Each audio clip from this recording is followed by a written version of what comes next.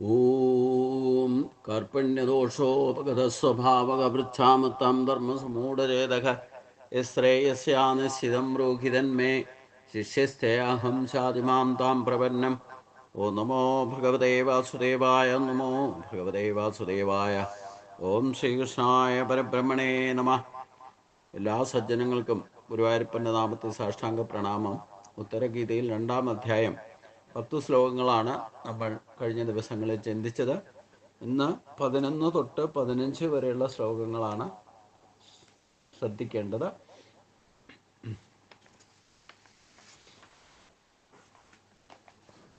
11-ാമത്തെ ശ്ലോകം: ദക്ഷിണേ പിംഗളാ നാഡി വന്യമണ്ഡലഗോചര ദേവയാനം ഇതി ജ്ഞേയ പുണ്യകർമാനുസാരണി ഇടാ ച വാമനീശ്വാസ സോമമണ്ഡലഗോചര പിതൃയാനമിതി ജ്ഞേയ വാമ ആസത്യ തിഷ്ഠതി ഗുദസ്യ പൃഷ്ഠഭോഗേസ്മിൻ വീണാ ദണ്ഡസ്യ ദേഹബൽ ദീർഘാസ്തീം മൂർധ്നി പര്യന്തം ബ്രഹ്മദണ്ഡീതി കദ്യതേ തസ്യന്തേ സുഷിരം സൂക്ഷ്മം ബ്രഹ്മനാഡീതി സൂരിഭി ഇടാ പിംഗളയോർമധ്യേ സുഷുമ്നാ സൂക്ഷ്മരൂപിണി തസ്യാഗ്രേ സർവകം സർപ്പം യസ്മിൻ സർവം പ്രതിഷ്ഠിതം. ഇതാണ് 11 തൊട്ട് 15 വരെയുള്ള ശ്ലോകങ്ങൾ. ഇതിൽ 11-ാമത്തെ ശ്ലോകത്തിൽ ദക്ഷിണാ പിംഗള നാഡി വന്നി മണ്ഡലഗോചര ദേവയാനം ഇതി ജ്ഞേയ പുണ്യ കർമാനുസാരണി. ഇനി ഇടാ പിംഗള സുഷുമ്ന എന്നീ നാഡികളെക്കുറിച്ച് അന്ത്യയാത്രാവേളയിൽ ജീവാത്മാക്കൾ സഞ്ചരിച്ച് ശരീരത്തിൽ നിന്നും പുറത്ത് ഗമിക്കുന്ന മാർഗങ്ങളെക്കുറിച്ചും ആത്മാക്കൾ എത്തിച്ചേരുന്ന സ്ഥാനങ്ങളെക്കുറിച്ചും വിവരിക്കാൻ പോവുകയാണ്. വലത് ഭാഗത്ത് പിംഗള എന്ന നാഡി സ്ഥിതി ചെയ്യുന്നു. ഈ നാഡിയിലൂടെ പ്രാണവായു സഞ്ചരിക്കുന്നത്. ഈ നാഡിയിലൂടെയാണ് പ്രാണവായു സഞ്ചരിക്കുന്നത്. ഇത് മൂലാധാരത്തിൽ നിന്നും ഉത്ഭവിച്ച് അഗ്നിമണ്ഡലത്തിലൂടെ മുകളിലേക്ക് ഗമിക്കുന്നു. ഇതിന് ദേവയാനം എന്ന് പ്രസിദ്ധമായ ഈ മാർഗത്തിലൂടെയാണ് പുണ്യകർമ്മം ചെയ്തവരുടെ ആത്മാക്കൾ പ്രയാണം ചെയ്യുന്നത്. നവദ്വാരങ്ങളിൽ ഊർധ്വഭാഗത്തുള്ള ഏതെങ്കിലും ദ്വാരത്തിലൂടെയാണ് പുണ്യം ചെയ്തവരുടെ ആത്മാക്കൾ പുറത്തേക്ക് പോകുന്നത്. ചിലർ മരിക്കുന്ന സമയത്ത് കണ്ണു തുറന്നിരിക്കുന്നു, കണ്ണിലൂടെയാണ് ആത്മാവ് പോയത്, നല്ല മരണമാണ് എന്നും മറ്റും നമ്മുടെ നാട്ടിലെ കാരണവന്മാർ പറയാറുണ്ടല്ലോ. അപ്രകാരം ദേവലോകത്തെ പ്രാപിച്ചവർ ചെയ്തിട്ടുള്ള പുണ്യത്തിനനുസരിച്ച് സുഖമനുഭവിക്കുന്നു. പുണ്യഫലം തീർന്നു കഴിയുമ്പോൾ അവിടെ നിന്നും പുറന്തള്ളുന്നതിനാൽ വീണ്ടും പുതിയ ജന്മമെടുത്ത് വാസന അനുസരിച്ചുകൊണ്ട് കർമ്മം ചെയ്യുകയും കർമ്മഫലം അനുസരിച്ചുകൊണ്ട് അന്ത്യഫലത്തെ ഭുജിക്കുകയും ചെയ്യും. ദക്ഷിണ പിംഗള 2 നാഡിയാണ്, 3 നാഡിയാണ് ഏറ്റവും പ്രധാനപ്പെട്ടതെന്ന് ഞാൻ പറഞ്ഞു. നട്ടെല്ലിനകത്ത് തന്നെ നാഡി എന്ന് പറയുമ്പോൾ വളരെ സൂക്ഷ്മമായ സുഷിരങ്ങളാണെന്ന് മനസ്സിലാക്കണം. അപ്പം നമ്മൾ നെറുകയിൽ ഒരു എണ്ണയോ രാസനാദിപ്പൊടിയോ തിരുമ്മിയാൽ അത് വളരെ സൂക്ഷ്മമായ സുഷിരങ്ങളിലൂടെ അതിൻ്റെ ഗന്ധം നമ്മുടെ നാക്കിൻ്റെ തുമ്പത്ത് വരുന്നുണ്ട്. അപ്പോൾ അവിടെ ചെറിയ ചെറിയ സുഷിരങ്ങളുണ്ടെന്നുള്ളത് തെളിവല്ലേ. ഇതേപോലെ തന്നെ നമ്മുടെ ഓരോ അസ്ഥിയിലും സൂക്ഷ്മമായ സുഷിരങ്ങളുണ്ട്. അതേപോലെ നട്ടെല്ലിൻ്റെ ഉള്ളിൽ 3 സുഷിരങ്ങളുണ്ട്. ഒന്ന് ഇടത്ത്, ഒന്ന് വലത്ത്. ഇതാണ് ഏറ്റവും പ്രധാനപ്പെട്ട 3 നാഡികൾ. അതിൽ ദക്ഷിണ പിംഗളി വലത്ത് ഭാഗത്ത്, ദക്ഷിണ പിംഗള എന്ന് പറയുന്നത് അതായത് ഇട, പിംഗള, സുഷുമ്ന എന്നീ നാഡികളെക്കുറിച്ച് അന്ത്യയാത്രാവേളയിൽ ജീവാത്മാക്കൾ സഞ്ചരിച്ച് ശരീരത്തിൽ നിന്നും പുറത്ത് ഗമിക്കുന്ന മാർഗങ്ങളെക്കുറിച്ചും ആത്മാക്കൾ എത്തിച്ചേരുന്ന സ്ഥാനത്തെക്കുറിച്ചും പറയാം എന്ന് ഭഗവാൻ പറയുന്നു. കഴിഞ്ഞ ശ്ലോകത്തിൽ നമ്മൾ കണ്ടതാണ് മുഹൂർത്തം അഭിയോഗശ്ചേൽ നാസാഗ്രേ മനസാ സഹ സർവം തരതി പാപ്മാനം തസ്യ ജന്മ സദാർജിതം. നാസാഗ്രമായിരിക്കുന്ന ഭ്രൂമധ്യ അന്തർഭാഗത്ത് ഒരു മുഹൂർത്ത നേരം മനസ്സിനെ അടക്കി നിർത്തി യോഗാഭ്യാസം ചെയ്ത് ശീലിക്കണം.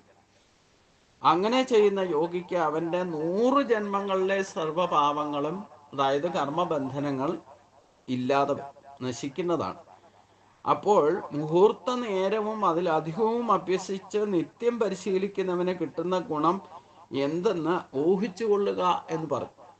അപ്പോൾ ഈ ജപതപാദികൾ ചെയ്താൽ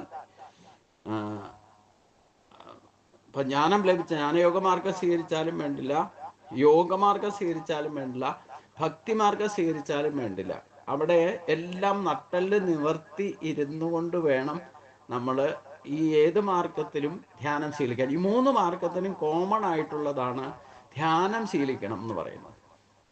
നമ്മൾ സാധാരണ പ്രത്യക്ഷ ഭക്തിയും പ്രകടനം ധ്യാന മന്ത്രമൊക്കെ ചൊല്ലും, പക്ഷെ ധ്യാനിക്കാറുണ്ടോ? ധ്യാനമന്ത്രം ചൊല്ലുന്നത് കൊണ്ടായില്ല, ധ്യാനിക്കണം. ശാന്താകാരം ഭുജഗശയനം പത്മനാഭം സുരേശം വിശ്വാകാരം ഗഗനസദൃശം മേഘവർണം ശുഭാംഗം ലക്ഷ്മീകാന്തം കമലനയനം യോഗിധ്യാനഗമ്യം വന്ദേ വിഷ്ണു ഭവകരം സർവലോകൈകനാഥം. ഈ ശ്ലോകം ചൊല്ലുമ്പോൾ ആ ഗുരുവായൂരപ്പൻ്റെ രൂപം മനസ്സിൽ കാണണം, ഭ്രൂമധ്യത്തിൽ കാണണം. അതാണ് ധ്യാനം. അല്ലാതെ തത്തമ്മേ പൂച്ച പൂച്ച എന്ന് പറയുന്ന പോലെ ധ്യാനമന്ത്രം നമ്മൾ ലളിതാ സഹസ്രനാമം ജപിക്കുമ്പോഴായാലും വിഷ്ണു സഹസ്രനാമം ജപിക്കുമ്പോഴായാലും ഒരു ധ്യാനമന്ത്രം ചൊല്ലിയിട്ടാണല്ലോ അത് തുടങ്ങാം. അപ്പം ആ ധ്യാനമന്ത്രം ചൊല്ലുമ്പോൾ തന്നെ ധ്യാനിക്കാം. ലളിതാ സഹസ്രനാമം ചൊല്ലുമ്പോഴാണെങ്കിലും സിന്ദൂരാരുണ വിഗ്രഹാം ത്രിനയനാം മാണിക്യമൗലീസ്ഫുരത്താരാനായകശേഖരാം സ്മിതമുഖീം, ആ ശ്ലോകം ചൊല്ലുമ്പം ആ മന്ത്രത്തിന്റെ അർത്ഥത്തെ നമ്മൾ മനസ്സിനുള്ളിൽ ദർശിക്കണം, അതിന് ശീലിക്കണം. അത് തന്നെ ഭ്രൂമധ്യത്തിൽ കാണാൻ ശ്രമിച്ചാൽ, ഇത് ഏത് മാർഗം സ്വീകരിച്ചാലും ഈ ധ്യാനം ശീലിക്കണം, അല്ലാതെ ഈ പറയുന്ന സിദ്ധി ലഭിക്കില്ല. ഇത് കോമണാ. യോഗമാർഗം സ്വീകരിക്കുന്നവരായാലും ജ്ഞാനമാർഗം സ്വീകരിച്ചാലും ഭക്തിമാർഗം സ്വീകരിച്ചാലും ശരണാഗതി സാധാരണ ജനങ്ങളായാലും വേണ്ടില്ല. ഈ ഭക്തി മാർഗത്തിൽ പോലും ലളിതമായിട്ട് നാമം ജപിക്കുകയാണെങ്കിൽ പോലും ആ നാമം ജപത്തെ സ്മരിക്കണം, ഉള്ളിൽ ഭ്രൂമധ്യത്തിൽ കാണണം. നാരായണ നാരായണ എന്ന് ജപിക്കുമ്പോൾ ആ നാരായണനെ ഭ്രൂമധ്യത്തിൽ കാണാൻ ശ്രമിക്കണം. അതാണ് ധ്യാനം.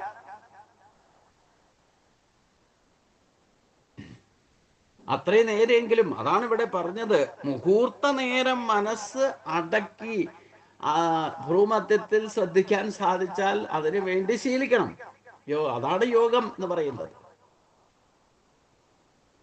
യോജിപ്പിക്കുക, നമ്മുടെ എല്ലാ ശരീരത്തിലുള്ള ഈശ്വര ശക്തികളെയും യോജിപ്പിച്ച് ഒരു കേന്ദ്ര ബിന്ദുവിൽ ഉറപ്പിക്കുക, അതിനെ അഭ്യസിക്കണം, അത് ശീലിക്കണം എന്ന് പറഞ്ഞു. അത് ശീലിക്കുമ്പോഴേ ഈ ദക്ഷിണ പിങ്കള നാഡി വന്നി മണ്ഡല ഗോചര ദേവയാന മിതിജ്ഞേയ പുണ്യകർമ്മ അനുസാരണി. ഇട പിങ്കള സുഷുമ്ന, ഈ 3 നാഡികളാണ്. ഇത് നട്ടലിനെ മാത്രം ബന്ധിച്ചിരിക്കുന്ന 3 നാഡികളാണ്. അതുകൊണ്ട് ജീവാത്മാക്കൾ സഞ്ചരിച്ച് ശരീരത്തിൽ നിന്ന് അനുഗമിക്കുന്ന മാർഗങ്ങളെക്കുറിച്ചും ആത്മാക്കൾ എത്തിച്ചേരുന്ന സ്ഥാനത്തെക്കുറിച്ചും വിവരിക്കാൻ പോവുകയാണ്. ശ്രദ്ധിച്ച് കേട്ടുകൊള്ളുക എന്ന് ഭഗവാൻ അർജുനോട് പറഞ്ഞു. വലത് ഭാഗത്ത് പിങ്കള, അതാണ് ദക്ഷിണ പിങ്കള നാഡി എന്ന് പറഞ്ഞത്. വലത് ഭാഗത്ത് പിങ്കള എന്ന നാഡി സ്ഥിതി ചെയ്യുന്നു. ഈ നാഡിയിലൂടെ പ്രാണവായു, ഈ വലതു ഭാഗത്തൂടെയാണ് പ്രാണവായു മൂലാധാരത്തിൽ നിന്ന് മുകളിലേക്ക് കയറുന്നത്. അതായത് വലത്തെ മൂക്കിലൂടെ ശ്വാസം എടുക്കുമ്പോൾ തന്നെ മൂലാധാരത്തിൽ നിന്ന് പ്രാണവായു സഞ്ചരിക്കാൻ തുടങ്ങും. അത് ആദ്യം ഈ പിങ്കള നാഡിയിലൂടെ വലത്തിലൂടെയാണ് സഞ്ചരിക്കുക. ഇത് മൂലാധാരത്തിൽ നിന്ന് ഉത്ഭവിച്ച് അഗ്നിമണ്ഡലത്തിലൂടെ, അഗ്നിമണ്ഡലത്തിലൂടെ മണിപൂരകം ആണ് അഗ്നിമണ്ഡലം, അഗ്നിമണ്ഡലത്തിലൂടെ മുകളിലേക്ക് ഗമിക്കും. ദേവയാനം എന്ന് പ്രസിദ്ധമായിരിക്കുന്ന ഈ മാർഗത്തിലൂടെ പുണ്യകർമ്മം ചെയ്തവരുടെ ആത്മാക്കൾ പ്രയാണം ചെയ്യുന്നു. നവദ്വാരങ്ങളിൽ ഊർധ്വഭാഗത്തുള്ള ഏതെങ്കിലും ദ്വാരത്തിലൂടെയാണ് പുണ്യം ചെയ്തവരുടെ ആത്മാവ് പോകുന്നത് എങ്കിൽ ചിലർ മരിക്കുന്ന സമയത്ത് കണ്ണു തുറന്നിരിക്കും. ചിലരുടെ ചെവി കൂടെ ആയിരിക്കും പോകുക, ചിലരുടെ വായിലൂടെ ആയിരിക്കും പോകുക. അതായത് മുകളിലുള്ള, താഴേക്ക് 2 ദ്വാരങ്ങളുള്ളൂ, ബാക്കി 7 ദ്വാരങ്ങളും മുകളിലാണ്. ഇതിൽ ഏതിലൂടെ പോയാലും ഊർധ്വഗതി ഉണ്ടാകുന്ന പറയുന്നത്. അപ്പൊ അതുകൊണ്ട് അപ്രകാരം ദേവലോകത്തെ പ്രാപിച്ച ദേവയാനം എന്നാ പറയുക അതിന്.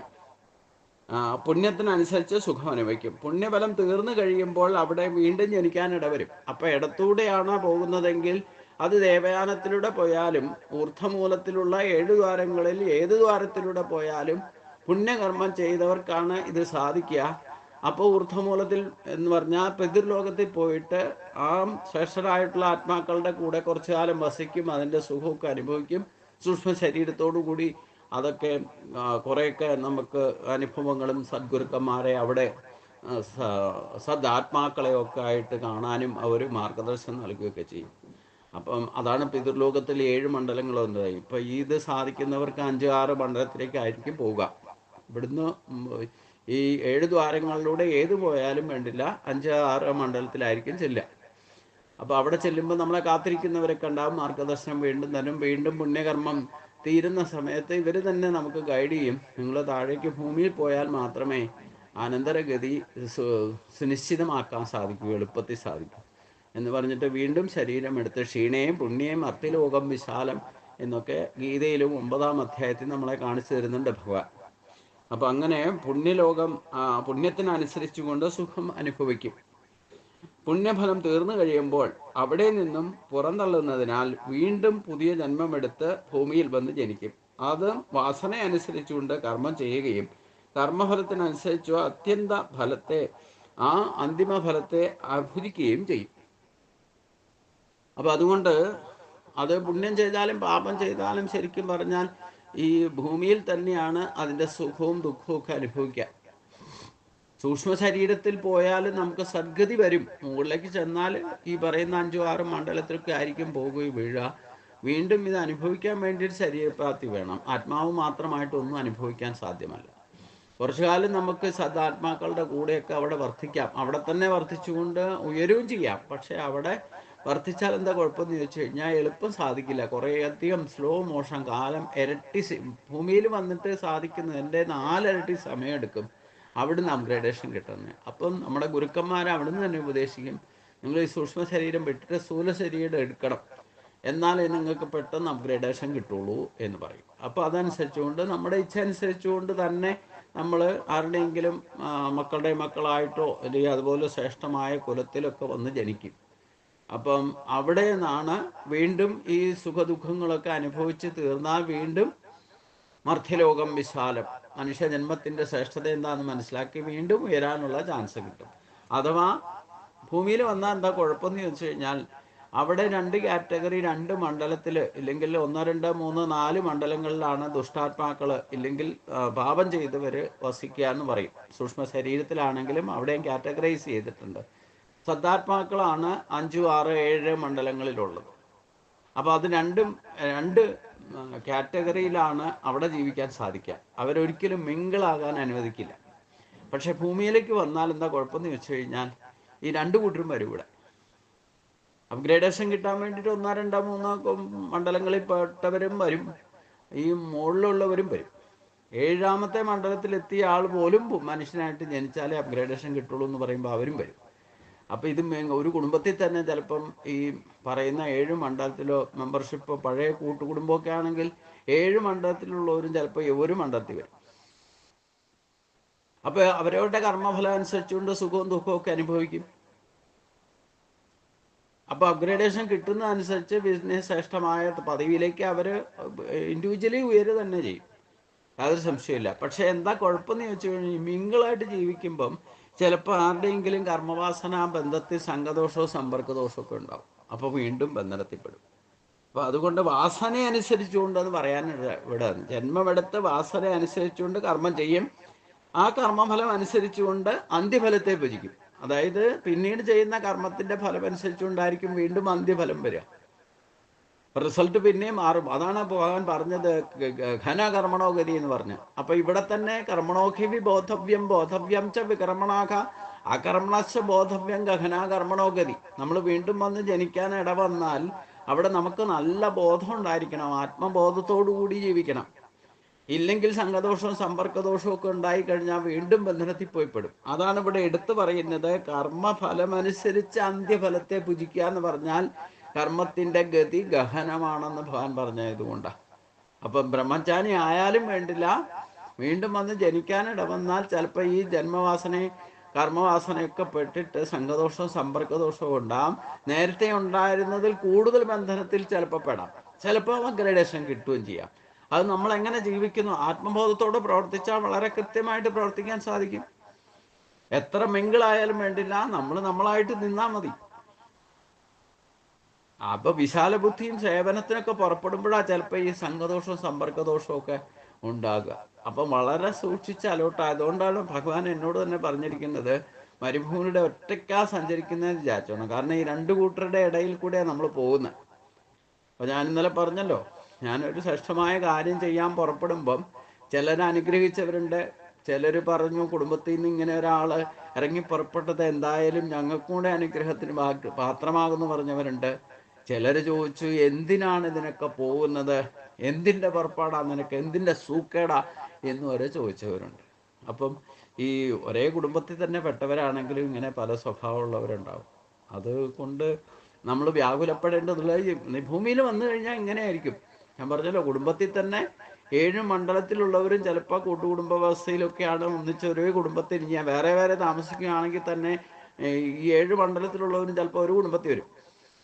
അതുപോലെ ശ്രേഷ്ഠമായ കുടുംബമാണെങ്കിൽ അതിൽ ഒരാൾ മതി ബാക്കിയുള്ളവർക്കും കൂടെ. അവരെ അനുസരിച്ച് ഒരാളെ നയിക്കുന്ന ഒരാളുണ്ടെങ്കിൽ ബാക്കിയുള്ളവരും കൂടെ സദ്ഗതി വരാൻ സാധ്യതയുണ്ട്. പക്ഷേ ഈ മിങ്കിളാകുമ്പോൾ എന്താ കുഴപ്പമെന്ന് ചോദിച്ചു കഴിഞ്ഞാൽ ഇത്തരത്തിൽ നമ്മളെ മിസ്ഗൈഡ് ചെയ്യുന്നവരും ഉണ്ടാകും. ഗൈഡ് ചെയ്യുന്നവരും ഉണ്ടാകാം, മിസ്ഗൈഡ് ചെയ്യുന്നവരും ഉണ്ടാകാം. സംഘദോഷം ഉണ്ടാക്കും, സംഘമോക്ഷവും ഉണ്ടാക്കാം. ഇപ്പൊ ഭഗവാൻ നോക്കിക്കോളൂ, ഭഗവാൻ മായയിൽ പെടാതെ യദുകുലത്തിൽ വന്ന് ജനിച്ചു. അവിടെ അമ്മാവൻ പറഞ്ഞു വിട്ട ദുഷ്ടാത്മാക്കളെ ഇദ്ദേഹത്തെ പ്രതിസന്ധികളാക്കാൻ വേണ്ടിയിട്ട് എത്ര ശ്രമിച്ചു. പക്ഷെ ആരൊക്കെ ഭഗവാനുമായിട്ട് ടച്ച് ഉണ്ടായി അവർക്കൊക്കെ സംഘദോഷമല്ല ഉണ്ടായത്, സമ്പർക്ക ദോഷമല്ല ഉണ്ടായത്, സമ്പർക്ക മോക്ഷമാണ് ഉണ്ടായത്. അപ്പൊ സംഘദോഷമല്ല ഉണ്ടായത്, സംഘമോക്ഷമാണ് ഉണ്ടായത്. അതാണ് ഭഗവാൻ മായയിൽപ്പെടാതെ നിന്നെന്ന് നമ്മളെ കാണിച്ചു തന്നത്. അപ്പൊ നമ്മൾ വീണ്ടും വന്ന് ജനിച്ചാലും വേണ്ടില്ല, മായയിൽപ്പെടാതെ സൂക്ഷിച്ചോളണം. നമ്മുടെ കുടുംബത്തിൽപ്പെട്ടവർ തന്നെ ചിലപ്പോൾ ഈ പല മണ്ഡലത്തിലുള്ളവർ ഒന്നിച്ച് വന്ന് ജനിക്കും. അത് കുറച്ച് കോൺട്രിബ്യൂട്ടറി റെസ്പോൺസിബിലിറ്റി ഉണ്ടെങ്കിൽ ചിലപ്പം തിരിച്ച് വന്ന് അവരേ കുടുംബത്തിൽ ജനിച്ചു വന്നിരിക്കും. ഭൂമിയിൽ വന്ന് ജനിച്ചാൽ മിങ്കിളായിരിക്കും. പക്ഷെ അവിടെ സൂക്ഷിച്ച് പെരുമാറിയാൽ പെട്ടെന്ന് അപ്ഗ്രേഡേഷൻ കിട്ടുമെന്ന് നമ്മുടെ ഗുരുക്കന്മാർ പറഞ്ഞിട്ടുണ്ട്. പക്ഷേ ബ്രഹ്മജ്ഞാനി വന്ന് ജനിച്ചാലും വേണ്ടില്ല, ചിലപ്പോൾ സംഘദോഷവും സമ്പർക്കദോഷം ഉണ്ടാകും. അതുകൊണ്ടാണ് വളരെ സൂക്ഷിക്കണം. ജഗതസേതു എന്ന് ഭഗവാൻ പറഞ്ഞത്. ഭഗവാന്റെ പേര് തന്നെ ജഗതസേതു എന്ന സഹസ്രനാമത്തിലുണ്ടല്ലോ. നൂൽപ്പാലമാണെന്ന് പറഞ്ഞിട്ടുണ്ട്. എന്നിലേക്കുള്ള ദൂരം വളരെ അടുത്ത 2 അങ്കുലമുള്ളൂ, പക്ഷേ നൂൽപ്പാല 2 അങ്കുലത്തിന്റെ വ്യത്യാസമുള്ളൂ. ഇതും കാണിച്ചു തന്നു ഉല്ലൂഖബന്ധനത്തിലൂടെ. സ്വന്തം അമ്മ പോലും ചക്കരപ്പെട്ടു, ഇല്ലേ, ബന്ധിക്കാൻ സാധിച്ചില്ല. പക്ഷെ ഭഗവാന്റെ കൃപ ലഭിച്ചപ്പോൾ മാത്രമാണ് യശോദാമ്മയ്ക്കും ഭഗവാനെ ബന്ധിക്കാൻ സാധിച്ചത്. അപ്പൊ നമ്മള് ആ ഭഗവാനുമായിട്ട് സംഘം ഉണ്ടാക്കണം. അത് കേവലം 2 അങ്കുലത്തിന്റെ വ്യത്യാസത്തിലാണ് നമ്മളും ഭഗവാനായിട്ട് നിൽക്കുന്നത്. ഈ പ്രാണൻ ചലിക്കുന്നത് സഹസ്രാരപത്മം വഴി മുകളിലേക്ക് കയറിയാൽ 2 അങ്കുലം മുകളിൽ ഭഗവാന്റെ ശക്തിയുടെ പ്രഭാവം നിൽക്കുന്നുണ്ട്. അതുമായിട്ട് സംഘം ഉണ്ടാക്കിയാൽ മതി. പിന്നെ റേഞ്ചിന് പുറത്തു പോകുന്ന പ്രശ്നമില്ല. ആരൊക്കെ നമ്മളെ പ്രതിബന്ധത്തിലാക്കാനും സംഘദോഷവും സമ്പർക്കവും ദോഷവും ഉണ്ടാക്കാൻ ശ്രമിച്ചാലും ഒരിക്കലും ആകില്ല. ഭഗവാന്റെ ആ റേഞ്ചിൽ പെട്ട് കഴിഞ്ഞു. ഇല്ലെങ്കിൽ ചിലപ്പോൾ പരിധിക്ക് പുറത്താകും.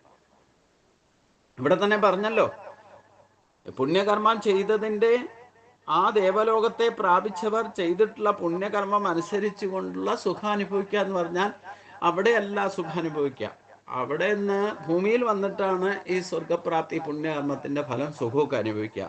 പുണ്യഫലം തീർന്നു കഴിയുമ്പോൾ അവിടെ നിന്നും പുറന്തള്ളപ്പെടുമെന്ന് പറഞ്ഞാൽ വീണ്ടും ബന്ധനത്തിൽപ്പെടാം. പുറന്തള്ളപ്പെടും. വീണ്ടും പുതിയ ജന്മം എടുത്ത് വാസന അനുസരിച്ചുകൊണ്ട് ശരീരമെടുത്ത് കർമ്മം ചെയ്യും. ഈ കർമ്മത്തിന് പുറപ്പെടുമ്പോഴാണ് സംഘദോഷവും സമ്പർക്ക ദോഷമൊക്കെ ഉണ്ടാവുക. അപ്പം അതുകൊണ്ട് കർമ്മഫലം അനുസരിച്ച് അത്യന്തം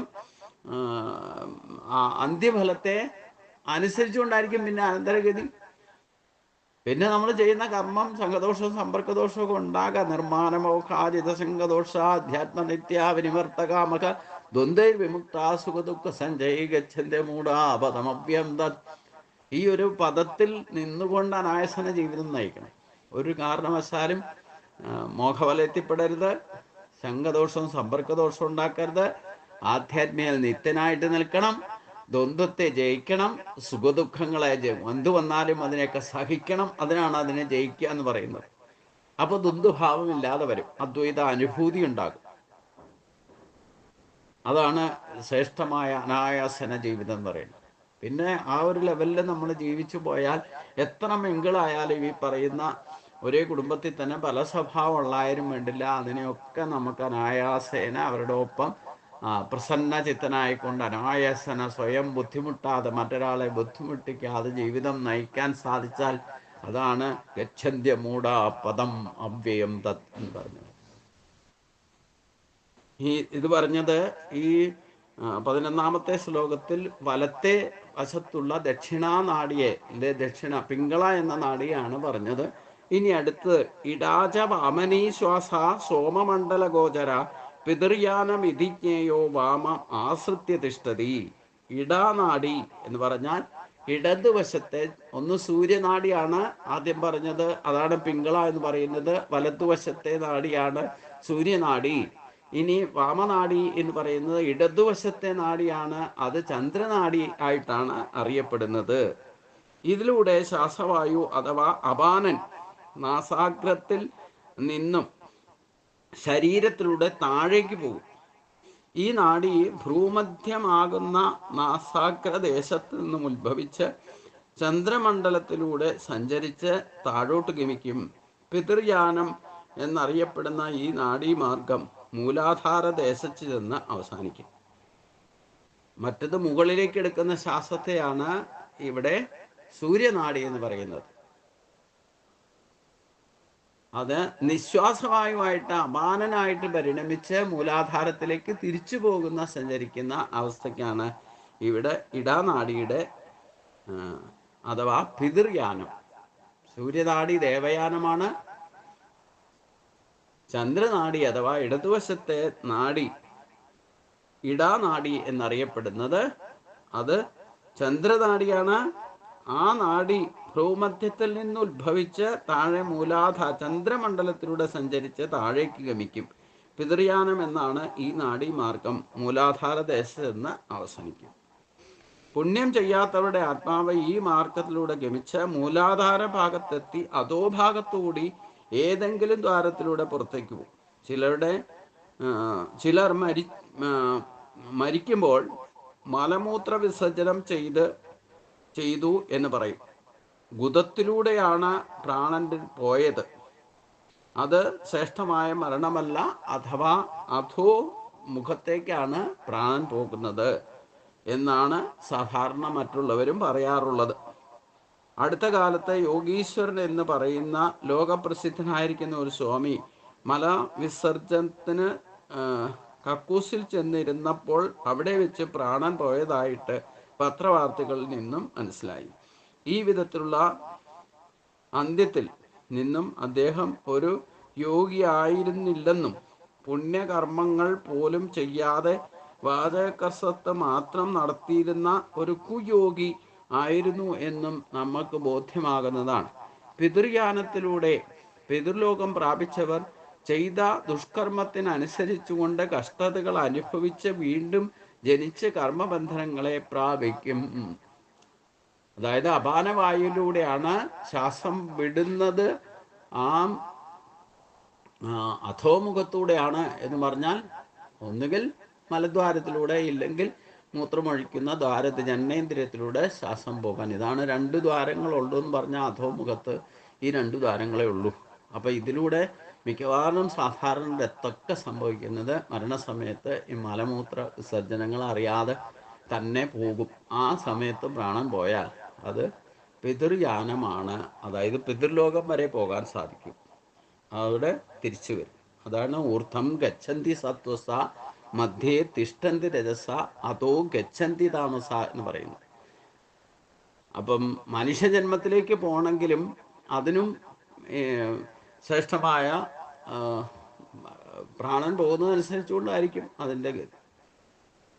അധോമുഖത്തൂടെയാണ് പോകുന്നതെങ്കിൽ അതനുസരിച്ച് ജന്മങ്ങൾ വരും. അപ്പൊ കർമ്മത്തിന്റെ ഗതി അനുസരിച്ചുണ്ട്, കർമ്മത്തിന്റെ ഫലം അനുസരിച്ചുകൊണ്ടായിരിക്കും അന്ത്യയാത്രയും എന്ന് പ്രാണന്റെ ഗതിയിൽ നമുക്ക് മനസ്സിലാക്കാം. അതായത് ഊർധം ഗച്ഛന്തി എന്ന് പറഞ്ഞാൽ ഊർധലോകങ്ങളെ, ഉയർന്ന ലോകങ്ങളിലേക്ക് പോകണമെങ്കിൽ സത്യഗുണത്തിൽ ജീവിക്കുന്നവർക്ക് സദ്ഗുണങ്ങൾ ഉണ്ടാകൂ. ദൈവിക സമ്പത്ത് അനുസരിച്ചുകൊണ്ട് അവർ ദേവയാന മാർഗത്തിലൂടെ ഊർധഗതിയെ പ്രാപിക്കും.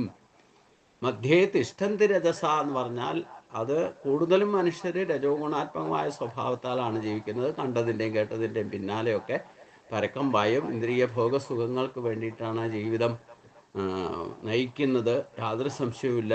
അപ്പോൾ കർമ്മബന്ധനങ്ങളിൽ പെടും. അപ്പോൾ പിതൃലോകം വരെ പോകും. പിതൃലോകമാണ് മധ്യേ തിഷ്ഠന്തി രജസ. അപ്പം മനുഷ്യർ പൊതുവെ രജോ ഗുണാത്മക സ്വഭാവമുള്ളവരാണ്.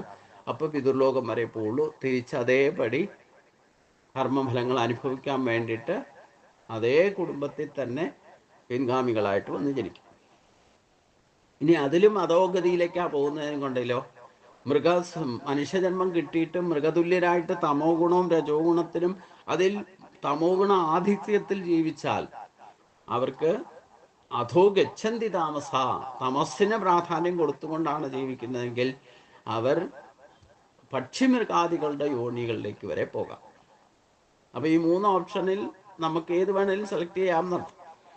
അപ്പം പ്രാണൻ നമ്മുടെ ശരീരത്ത് തന്നെ സഞ്ചരിക്കുന്ന ഈ പ്രാണത്തിന്റെ ഗതി അനുസരിച്ചുകൊണ്ടായിരിക്കും നമ്മുടെ അന്ത്യയാത്ര എന്നർത്ഥം. വീണ്ടും ജനിക്കാനും കാരണമാകുന്ന അതാണ് ഗഹനാകർമ്മണോ ഗതി. നമ്മളിതൊന്നും മനസ്സിലാക്കാതെ ഇഷ്ടം പോലെ ജീവിച്ച് ശരീരത്തിന്റെ ഈ പറയുന്ന ഗതിയൊന്നും മനസ്സിലാക്കാതെ ജീവിച്ചാലും അതിന്റെ ഗതി അനുസരിച്ചുകൊണ്ടായിരിക്കും വീണ്ടും ജനിക്കുന്നത്.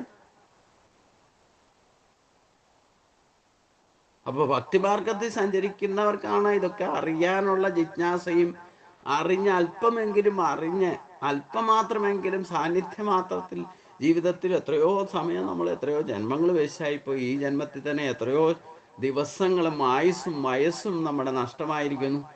അപ്പോൾ ഇതൊക്കെ അറിഞ്ഞിരുന്നാൽ തന്നെ അടുത്ത ജന്മത്തിലെങ്കിലും നമുക്ക് ശ്രേഷ്ഠമായ ഈ ഇതൊക്കെ അറിയാനും കൂടുതൽ അറിയാനും അത് പ്രാക്ടിക്കൽ തലത്തിലേക്ക് എത്തിക്കാനും, എന്തെങ്കിലും അറിഞ്ഞാലേ പ്രാക്ടിക്കൽ തലത്തിൽ ചെയ്യാനുള്ള ഇച്ഛാശക്തി ഉണ്ടാവും. അത് പല പ്രാവശ്യം അറിഞ്ഞാലേ അത് ഇച്ഛാശക്തി വളരുകയുള്ളൂ. വാസനാബലം ഉണ്ടാകണം. ഇതൊക്കെ അറിഞ്ഞ് ചെയ്യാനുള്ള വാസനാബലം ഉണ്ടാകണം. ഈ കേട്ട് വേണം ഉണ്ടാകാനും. അല്ലാതെ ഒരു പ്രാവശ്യം കേട്ടത് കൊണ്ടോ പുസ്തകം വായന കൊണ്ടോ പുസ്തകജ്ഞാനം കൊണ്ടോ ഒന്നും കാര്യമില്ല എന്ന് ഭഗവാൻ തന്നെ ഗീതയിലും പറയുന്നുണ്ടല്ലോ. അപ്പോൾ ഇത് പല പ്രാവശ്യം കേട്ട് ഈ ഒരു മാർഗത്തിലേക്ക് ഇച്ഛാശക്തിയെ ഉണർത്തണം. അതനുസരിച്ചുകൊണ്ട് ക്രിയാശക്തിയിലേക്ക് ഉണരണം. അതനുസരിച്ചുകൊണ്ട് വേണം നമ്മുടെ ജീവിതഗതി മാറുന്നതും അതനുസരിച്ചായിരിക്കും.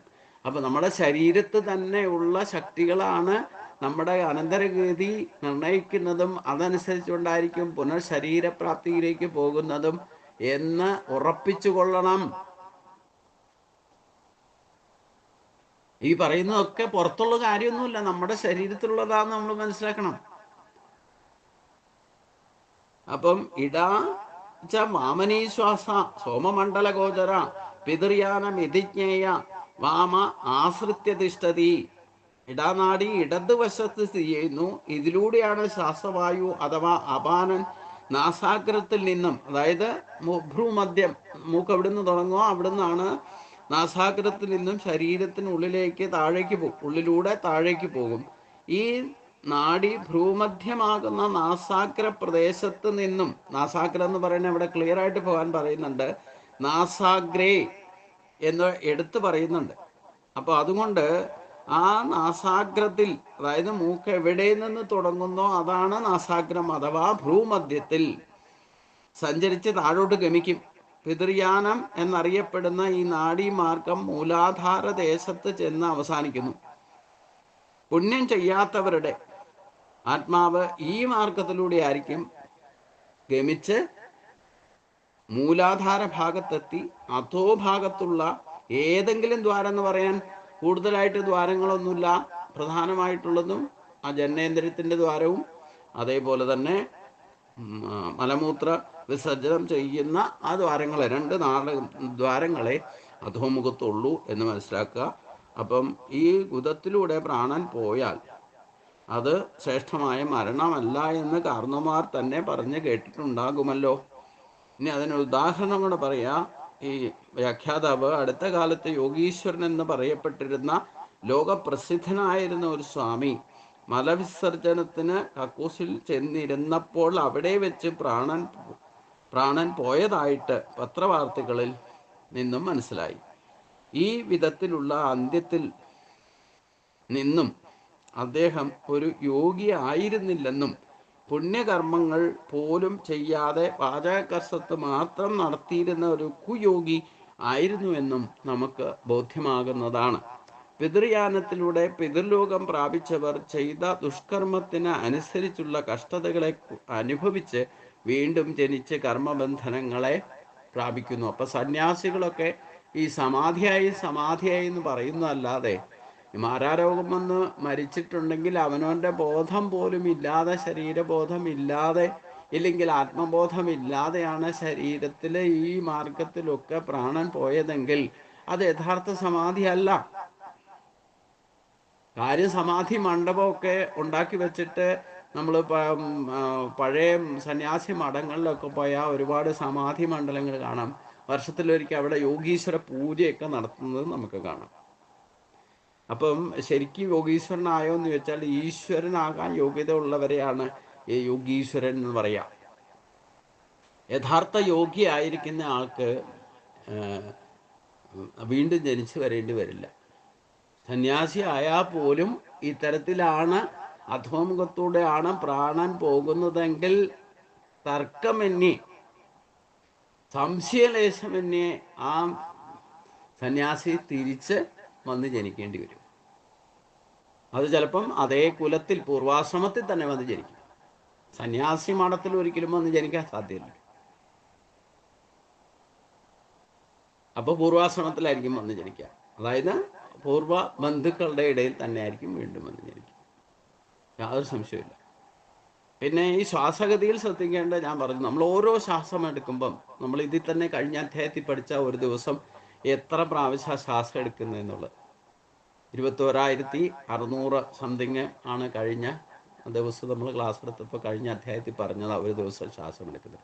ഈ ഓരോ ശ്വാസം നമ്മൾ മൂലാധാരത്തിൽ നിന്നെടുത്ത്, അതായത് സൂര്യനാഡിയിലൂടെ എടുത്ത് അത് അകത്ത് ശ്വാസകോശത്തിൽ ചെന്ന് ശുദ്ധീകരിച്ച് ആ ശുദ്ധീകരിച്ച പ്രാണൻ തന്നെ 5ആയിട്ട് തിരിയും. ഈ ഡ്യൂട്ടി കഴിഞ്ഞിട്ടാണ് അത് പുറത്തേക്ക് പോവുക. അപ്പോൾ 5ആയിട്ട് തിരിഞ്ഞിട്ട് പ്രാണൻ, അപാനൻ, വ്യാനൻ, സമാനൻ, ഉദാനൻ, വ്യാനൻ എന്നിങ്ങനെ 5 പാർട്ടായിട്ട് തിരിഞ്ഞിട്ട് ഈ ശരീരത്തെ മുഴുവൻ കൺട്രോൾ ചെയ്യുന്ന പ്രക്രിയ ഈ ഓരോ ശ്വാസത്തിനും നടക്കുന്നുണ്ട്. ഈ പ്രാണന്റെ ശക്തി നമ്മുടെ 72,72,10,201 നാഡികളിലും പ്രാണന്റെ ശക്തി എത്തിക്കണം. അതിന് ഓരോ പ്രാണന് 5ആയിട്ട് തിരിയുന്ന പ്രാണനും ഡ്യൂട്ടി കൊടുത്തിട്ടുണ്ട്. പ്രാണവായുവാണ് നമ്മുടെ സഹസ്രാരത്തിലേക്ക്, അതായത് ബ്രെയിനിലെല്ലാം പ്രാണൻ എത്തിക്കുന്നത് ഈ പ്രാണവായു തന്നെയാണ്. അതായത് ജീവന്റെ ഡയറക്റ്റ് എൻട്രിയാണ് ബ്രെയിനിൽ നടക്കുക. ഉദാനവായുവാണ് ഹൃദയകമലം വരെ എത്തിക്കുക. ഹൃദയത്തിനെ പമ്പ് ചെയ്യിക്കുന്നതൊക്കെ ഈ പറയുന്ന ഉദാനവായുവാണ്. ഉദാനനിൽ നിന്ന് മണിപ്പൂരകം വരെ പ്രവർത്തിക്കുന്നത് സമാനവായുവാണ്. ഇനി മണിപ്പൂരകം തൊട്ട് കാൽപാദം വരെ, മൂലാധാരവും കടന്ന് കാൽപാദത്തിൽ വരെ പ്രാണന്റെ ശക്തി എത്തിക്കുന്നത് അപാനവായുവാണ്. ശരീരത്തെ മുഴുവൻ വ്യാപരിക്കുന്നത് വ്യാനവായുവാണ്.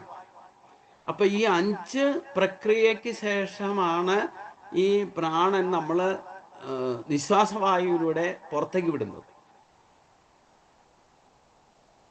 അപ്പൊ മരിക്കുമ്പം ഈ ശ്വാസം നിലയ്ക്കും.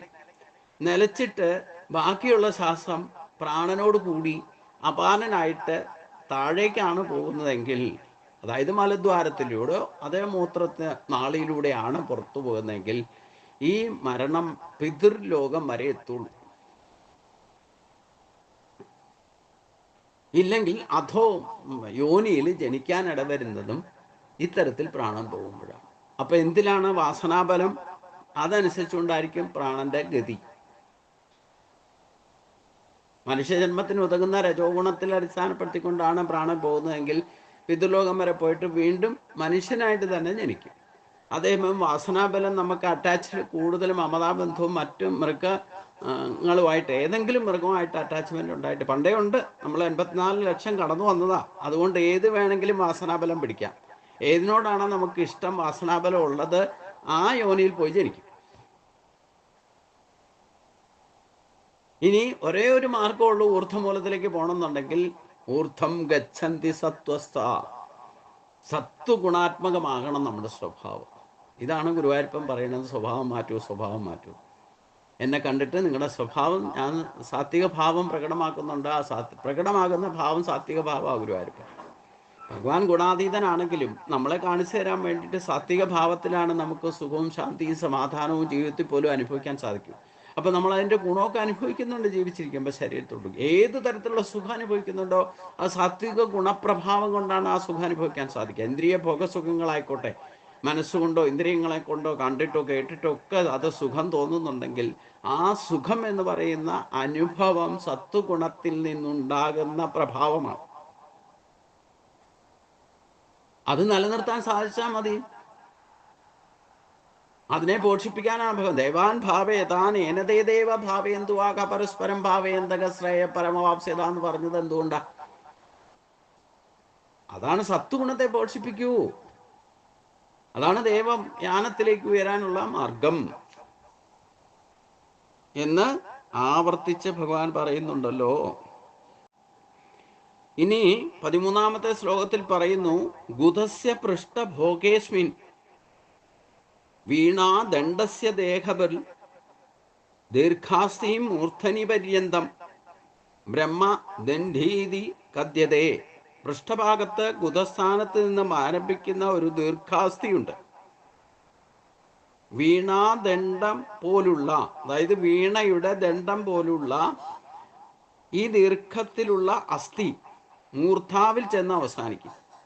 ഈ അസ്ഥിയാണ് ബ്രഹ്മദണ്ഡ് എന്ന പേരിൽ അറിയപ്പെടുന്നത്. ഇതാണ് നട്ടെല്ല്. ഇതിന് മേരുദണ്ഡം എന്നും പേരുണ്ട്. ഇതിൻ്റെ സൂചനയാണ് 7 മുട്ടുകളുള്ള ഒരു മുള ദണ്ഡായിട്ട് സന്യാസികൾ പിടിച്ചുകൊണ്ട് നടക്കുന്നു.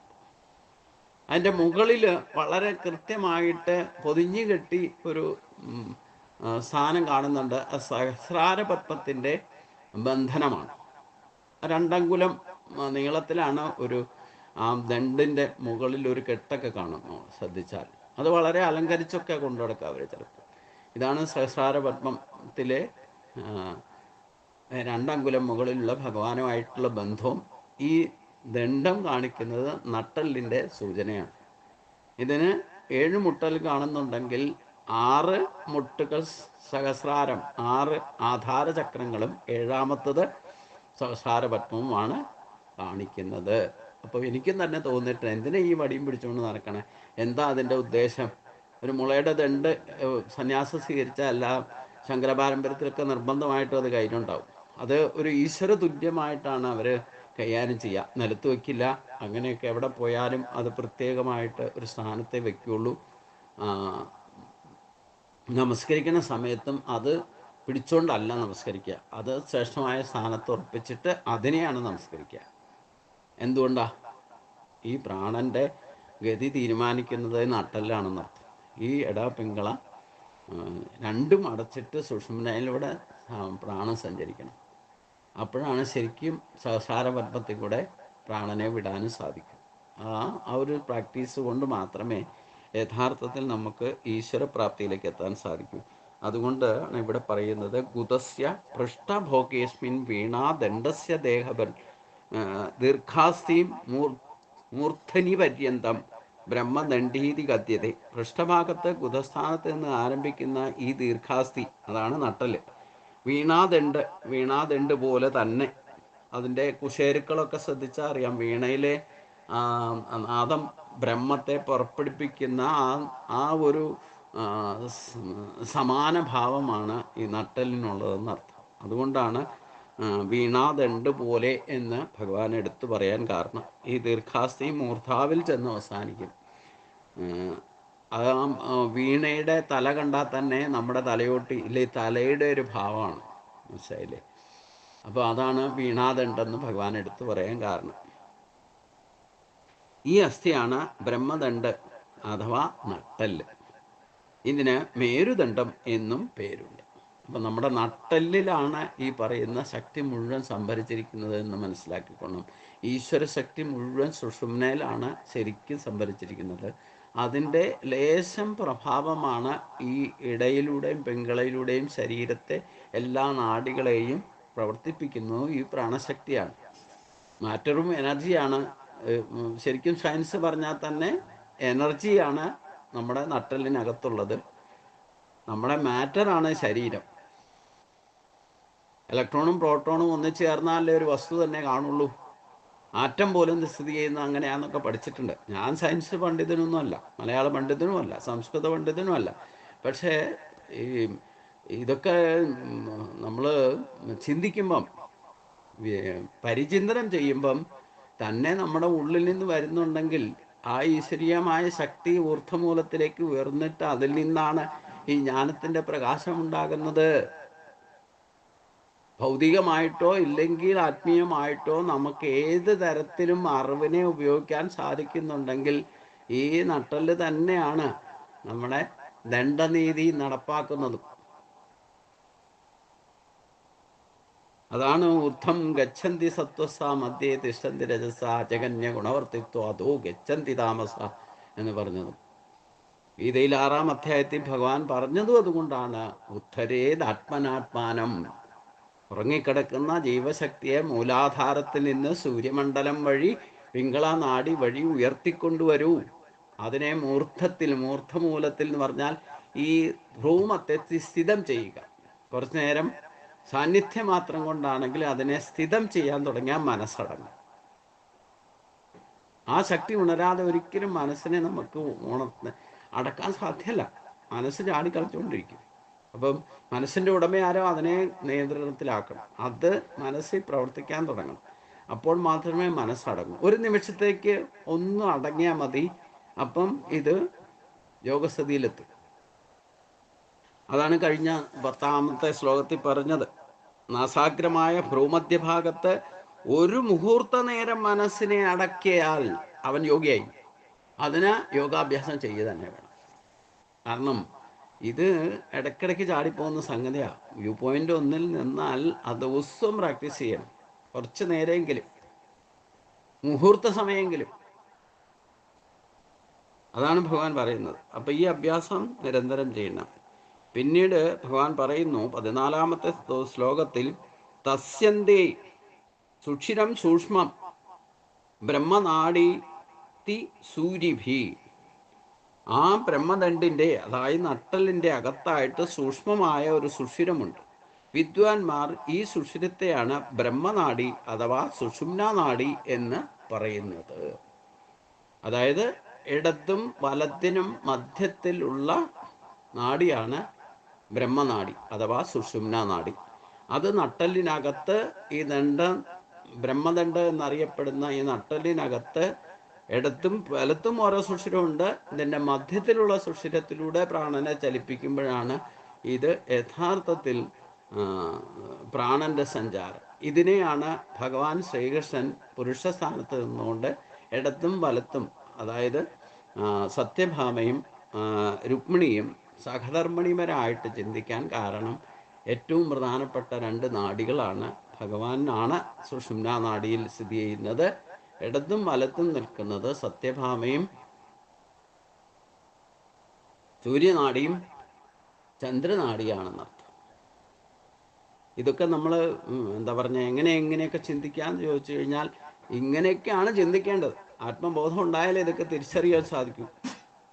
അപ്പം അതുകൊണ്ട് ഭഗവാന്റെ 16,108 ഭാര്യമാരെ ഭഗവാൻ സ്വീകരിച്ചു എന്ന് പറഞ്ഞിട്ടുണ്ടെങ്കിൽ അതിലെല്ലാം 10 കുട്ടികളുണ്ടായി എന്ന് പറഞ്ഞാൽ അതെല്ലാം പരമമായ ഒരു ആധ്യാത്മിക സങ്കല്പത്തെയാണ് കാണുന്നത്. അപ്പം അതിൽ ഇടപിംഗള നാഡീ സ്ഥാനത്താണ് ഏറ്റവും പ്രധാനപ്പെട്ട ഭാര്യമാരായിരുന്ന സത്യഭാമയും രുക്മിണിയും നിൽക്കുന്നത്. ബാക്കി 16,108 സങ്കല്പവും ശരീരത്തിലെ തന്നെ വിവിധ പ്രധാനപ്പെട്ട നാഡികളാണ്. അതായത് നമ്മുടെ നാഡികൾ, ഓരോ രോമകുമങ്ങളും നാഡികളാണ് നമ്മുടെ ശരീരത്തിൽ. അത് എണ്ണിയാൽ 72,72,10,201 നാഡികളാണ് എന്നാണ് യോഗീശ്വരന്മാർ പറഞ്ഞിട്ടുള്ളത്. അതിലേറ്റവും പ്രധാനപ്പെട്ടതാണ് 64 കലകളെ പ്രകടമാക്കുന്ന 64 നാഡികൾ. അതിലും ഏറ്റവും പ്രധാനപ്പെട്ടതാണ് 72,000. ഈ 16,100 മുമ്പ് ഞാൻ പറയാൻ വിട്ടുപോയതാണ്. ഇതിൽ തന്നെ വരുന്നുണ്ട്, ഇനി ഈ അധ്യായത്തിൽ തന്നെ വരുന്നത് 72,000 നാഡികൾ. 72,000-ൻ്റെ ഉള്ളിലാണ് 64 നാഡികൾ.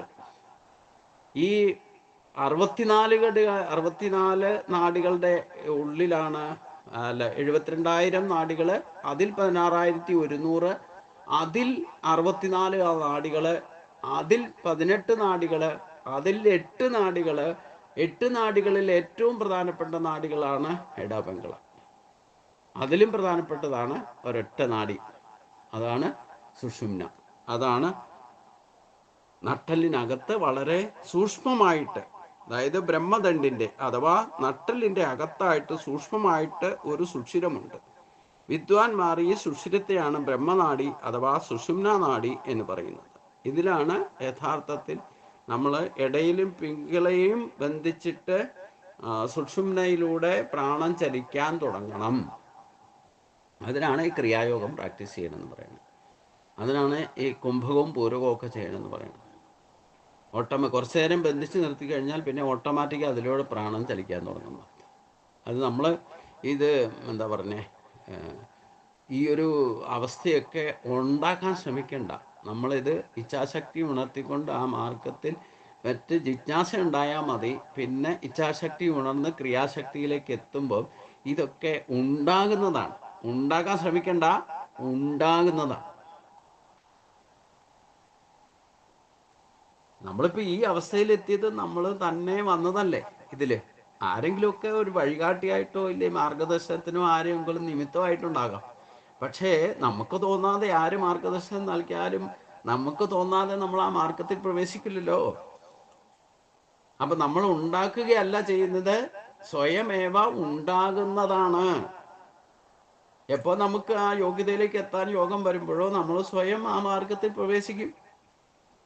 ഇല്ലെങ്കിൽ ആര് പറഞ്ഞാലും നമ്മൾ ആ മാർഗത്തിൽ പ്രവേശിക്കില്ല. അഥവാ പോയാൽ തന്നെ നമ്മൾ സ്വന്തം ഇച്ഛാശക്തിയിലല്ല ഈ മാർഗത്തിൽ പ്രവേശിക്കുന്നതെങ്കിൽ പകുതി വഴി പോയിട്ട് തിരിച്ചു വരാനും ഇവിടെ വരും.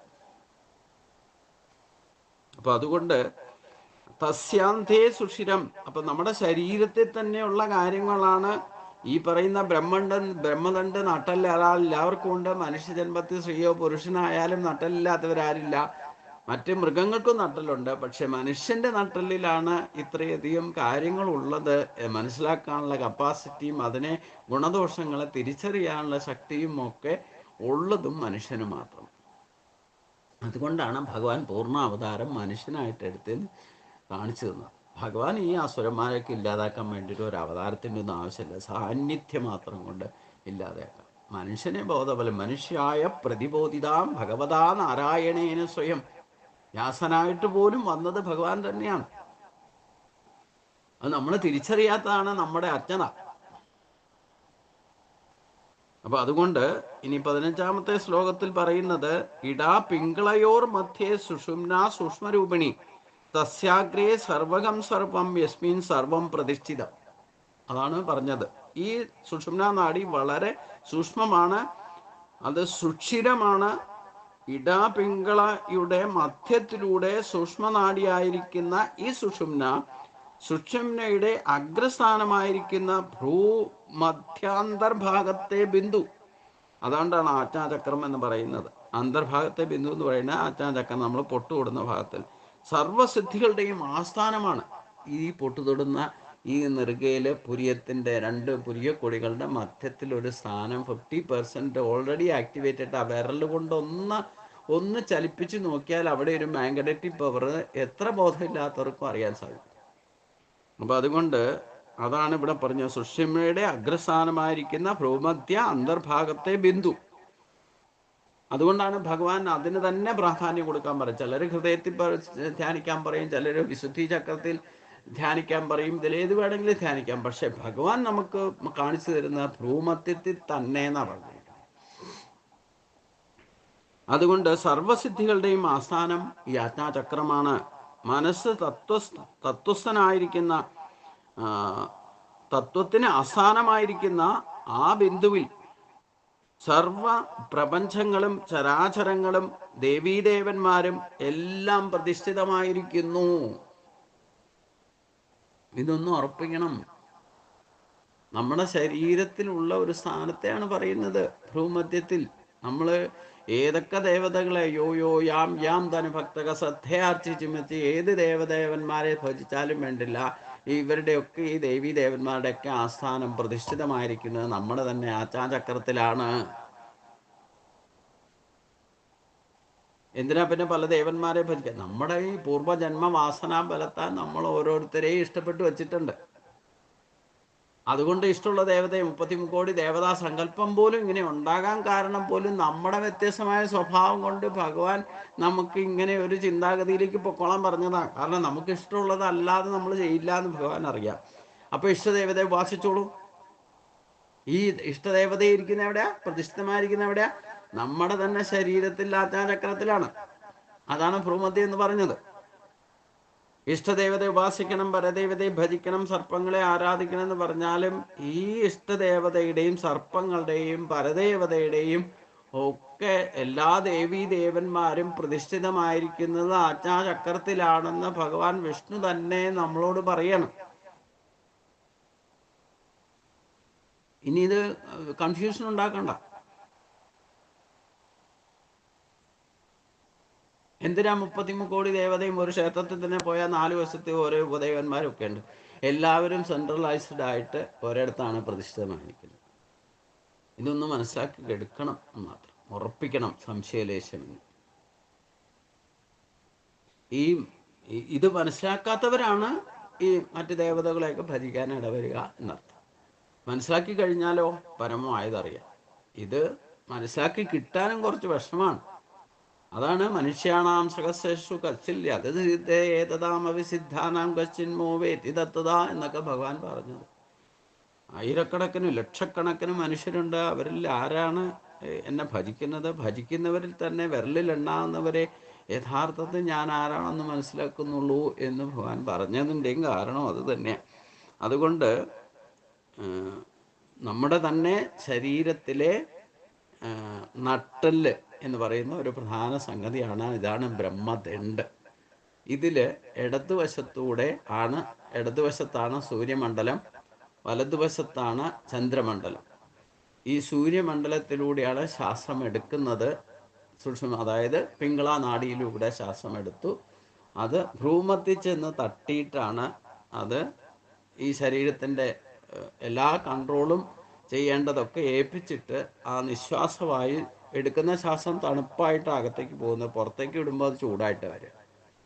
കാരണം ഇത്രയും മെഷീനറീസ് പ്രവർത്തിക്കുമ്പം അത് ഹീറ്റാവുന്ന അർത്ഥം. എന്നിട്ട് നിശ്വാസമായി പുറത്തു വിടും. വീണ്ടും ഈ പ്രോസസ്സ് നടക്കുകയാണ്. ഇങ്ങനെ 21,600 പ്രാവശ്യം ഒരു ദിവസം ഈ പ്രക്രിയ നടക്കുന്നുണ്ട്. അത് വന്നു പോകുന്നതൊക്കെ സാധാരണഗതിയിൽ ഈ സൂര്യമണ്ഡലത്തിലൂടെ ശ്വാസം എടുക്കും, ചന്ദ്രമണ്ഡലത്തിലൂടെ വിടും. അതായത് പിംഗള നാഡിയിലൂടെ ശ്വാസം നമ്മൾ എടുക്കും. അതായത് വലത്തെ മൂക്കിലൂടെ ശ്വാസമെടുത്ത് ഇടത്തിലൂടെ പോകുന്നത് ആണ് യഥാർത്ഥത്തിൽ പിംഗള നാഡിയുടെ ഈ 2 നാഡി മൂക്കിൻ്റെ 2 ദ്വാരങ്ങളും ചെന്ന് യോജിക്കുന്ന ഒരു സ്ഥലമുണ്ട്. അത് ഭ്രൂമധ്യത്തിലാണ്. അതിൻ്റെ മധ്യത്തിലൂടെ ചെന്ന് ചോദിച്ചിട്ട് പ്രാണൻ ആണ് യഥാർത്ഥത്തിൽ ബാക്കി 4 പ്രാണനും ശരീരത്തിൻ്റെ കൺട്രോൾ ചെയ്യും. പ്രാണൻ എന്ന് പറയുന്ന വായുവാണ് നേരെ ഭ്രൂമധ്യത്തിൽ ചെന്ന് തട്ടിയിട്ട് അത് സുഷുമ്നയിലൂടെ ജീവനെ നിലനിർത്താൻ അല്പമൊക്കെ തന്നെ ഉള്ളിലേക്ക് പോവുകയും അതിൻ്റെ സഞ്ചാരഗതി കുറേശ്ശെ നടക്കുകയും, അതായത് 100%ൽ ഒരു 10% ശ്വാസം പ്രാണവായു ആയിരിക്കും സുഷുമ്നയിലൂടെ ഉള്ളിലൂടെ സഞ്ചരിക്കുന്നുണ്ട്. ഇല്ലെങ്കിൽ ജീവൻ നിലനിൽക്കില്ല. അപ്പം അതിലൂടെ സഞ്ചരിക്കുന്ന അതിൻ്റെ ഗതിയാണ് അധോമുഖത്തോടെ പോണോ അതോ ഊർധ്വമുഖത്തോടെ പോണോ എന്ന്, അതിൻ്റെ സഞ്ചാരത്തിൻ്റെ ഗതി അനുസരിച്ചുകൊണ്ടായിരിക്കും നമ്മുടെ പ്രാണൻ പോകുന്നത്. ഇതാണ് മരണത്തിൽ സംഭവിക്കുക. അപ്പോൾ ഇടത്തിലൂടെയും വലത്തിലൂടെയും അല്ല യഥാർത്ഥത്തിൽ പ്രാണന്റെ ഗതി. യഥാർത്ഥ പ്രാണൻ സഞ്ചരിക്കുന്നത് നമ്മൾ പോലും അറിയാതെ ഈ ബ്രഹ്മദണ്ഡിൽ തന്നെ സൂക്ഷ്മങ്ങളിൽ സൂക്ഷ്മമായ ദ്വാരത്തിലൂടെ ജീവൻ സഞ്ചരിച്ചു കൊണ്ടിരിക്കുമ്പോഴാണ് ജീവൻ നിലനിൽക്കുന്നത്. അത് അധോഗതിയിലാണ് പുറത്തേക്ക് പോകുന്നതെങ്കിൽ മൂലാധാരത്തിലൂടെ പോകും. അതായത് മൂലാധാരവുമായിട്ട് ബന്ധപ്പെട്ട 2 ദ്വാരങ്ങളുണ്ട്, അതിലൂടെ പോകും, അധോമുഖത്തൂടെ പോകും. ഈ മുകളിലേക്ക് വന്നാൽ ശ്വാസം എടുത്തിട്ട് നിശ്വസിക്കുന്ന സമയത്ത് ഭ്രൂമധ്യത്തിൽ ചെന്ന് തട്ടിയിട്ടാണ് താഴേക്ക് തിരിച്ചു പോകുക. അപ്പൊ ഭ്രൂമധ്യത്തിലേക്ക് പോകുന്ന വഴിക്ക് 7 ദ്വാരങ്ങളിൽ ഏതിലൂടെയെങ്കിലും പ്രാണൻ പോയാൽ അത് ഉയർന്ന ജന്മത്തിലേക്ക്, ഊർധ്വഗതിയിലേക്ക് പോകും, ദേവയാനത്തിലേക്ക് പോകും.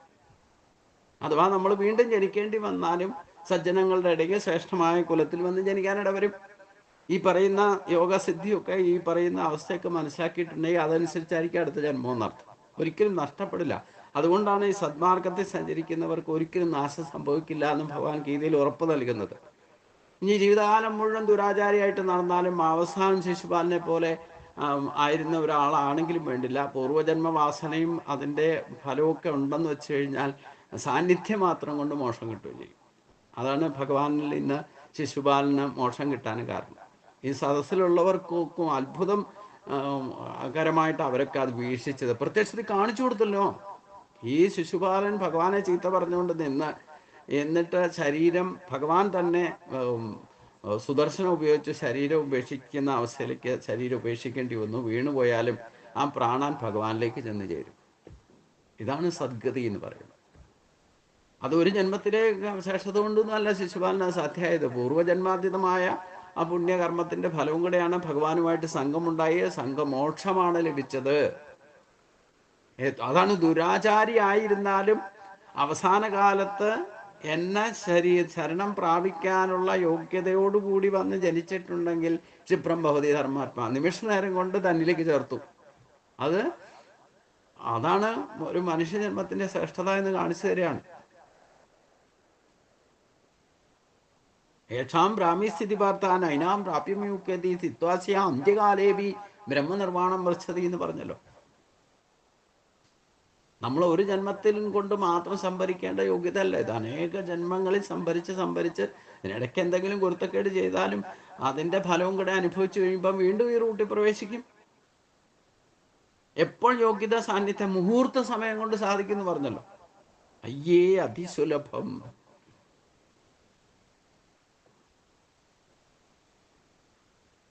അതുകൊണ്ട് ഈ ഒരു സിദ്ധി എന്ന് പറയുന്നത് നമ്മൾ ഉണ്ടാക്കേണ്ടതല്ല, ഉണ്ടാകുന്നതാണ്. നമ്മളിതൊക്കെ അറിഞ്ഞിരുന്നാൽ മതി. അടുത്ത ജന്മം അതിലേക്ക് നയിക്കും. നമ്മൾ ശ്രദ്ധയോടെ ഇതൊക്കെ മനസ്സിലാക്കിയാൽ അത് ഒന്ന് നമ്മുടെ സ്പാർക്കിംഗ് ഉണ്ടാക്കിയാൽ മതി. പിന്നെ അനന്തരഗതി ഓട്ടോമാറ്റിക്കായിട്ട് ശ്രേഷ്ഠമായി. നമ്മളിപ്പോൾ ഇതുവരെ വന്നതും ഞാനും നിങ്ങളും ഒക്കെ ബലം പിടിച്ചിട്ട് വന്നതൊന്നും അല്ലല്ലോ. ആരെങ്കിലും കൈ പിടിച്ച് വലിച്ചുകൊണ്ട് വന്നതും അല്ല. നമ്മൾ സ്വയം പരിണാമങ്ങൾക്ക് വിധേയമായിട്ട് 42 വയസ്സ് വരെ എനിക്കിതൊന്നും യാതൊരു ബോധമില്ലായിരുന്നു. പക്ഷേ ഇതിലേക്ക് വന്നപ്പോഴോ പഴയത് ക്രെഡിറ്റ് ഉണ്ടായിരുന്നത് മുഴുവൻ ക്ലിക്കായി. ഇതെല്ലാവർക്കും സാധ്യമാകുന്നതല്ല. പക്ഷേ ഭഗവാൻ പറഞ്ഞല്ലോ, അനേക മനുഷ്യരുടെ ഇടയിൽ 1-2 പേരാണ് യഥാർത്ഥത്തിൽ എന്നെ അറിഞ്ഞിട്ട് ഭജിക്കുക എന്ന് പറഞ്ഞല്ലോ. അതുകൊണ്ട് നമ്മൾ ഈ മാർഗത്തിൽ പ്രവേശിച്ചാൽ മതി. ക്ഷിപ്രം ഭവതി ധർമാർപ്പ. നമ്മളത് ആത്മാർത്ഥമാണെങ്കിൽ ഭഗവാൻ നമ്മളെ കൈപിടിച്ച് ഉയർത്തിക്കോളും. പരിഭ്രമിക്കോ അതുകൊണ്ട് ടെൻഷനാകുമൊന്നും വേണ്ട. അതുകൊണ്ട് ഭഗവാൻ പറഞ്ഞിട്ടുള്ള ഈ 5 ശ്ലോകങ്ങൾ ഒന്നുകൂടെ നമുക്ക് പാരായണം ചെയ്തുകൊണ്ട് ഇന്നത്തെ ക്ലാസ് അവസാനിപ്പിക്കാം. ദക്ഷിണേ പിങ്കളേ നാടി വന്യമണ്ഡലഗോചര ദേവയാനമിതിജ്ഞേയ പുണ്യകർമാനുസാരണി ഇടാച വാമനേ ശ്വാസ സോമമണ്ഡലഗോചര പിതൃയാനമിതിജ്ഞേയ വാമ ആസത്യ തിഷ്ഠതി ഗുദസ്യ പൃഷ്ഠഭോഗേസ്മിൻ വീണാദണ്ഡസ്യ ദേഹവിൽ ദീർഘാസ്തീം മൂർധനീ പര്യന്തം ബ്രഹ്മദണ്ഡ ദണ്ഡീതി ഗദ്യതേ തസ്യാന്തേ സുഷിരം സൂക്ഷ്മം ബ്രഹ്മനാഡീതി സൂര്യഭി ഇടാ പിങ്കളയോർമധ്യേ സുഷുമ്ന സൂക്ഷ്മരൂപിണി തസ്യാഗ്രേ സർവകം സർവം യസ്മിൻ സർവം പ്രതിഷ്ഠിതം. സർവത്ര ഗോവിന്ദനാമ സങ്കീർത്തനം. ഇതിൻ്റെ അടുത്ത ഭാഗം നമുക്ക് അടുത്ത ദിവസം ചിന്തിക്കാം. എല്ലാവർക്കും നമസ്കാരം. ഓം സ്വസ്തി പ്രജാഭ്യാം പരിപാലയന്താം നായനമാർഗേണ മഹിം മഹിഷാ ഗോ ബ്രാഹ്മണേഭ്യ സുമസ്തൃത്യം ലോകാ സമസ്താ സുഖിനോ ഭവന്തു. ലോകാ സമസ്താ സുഖിനോ ഭവന്തു. ഓം ശാന്തി ശാന്തി ശാന്തി.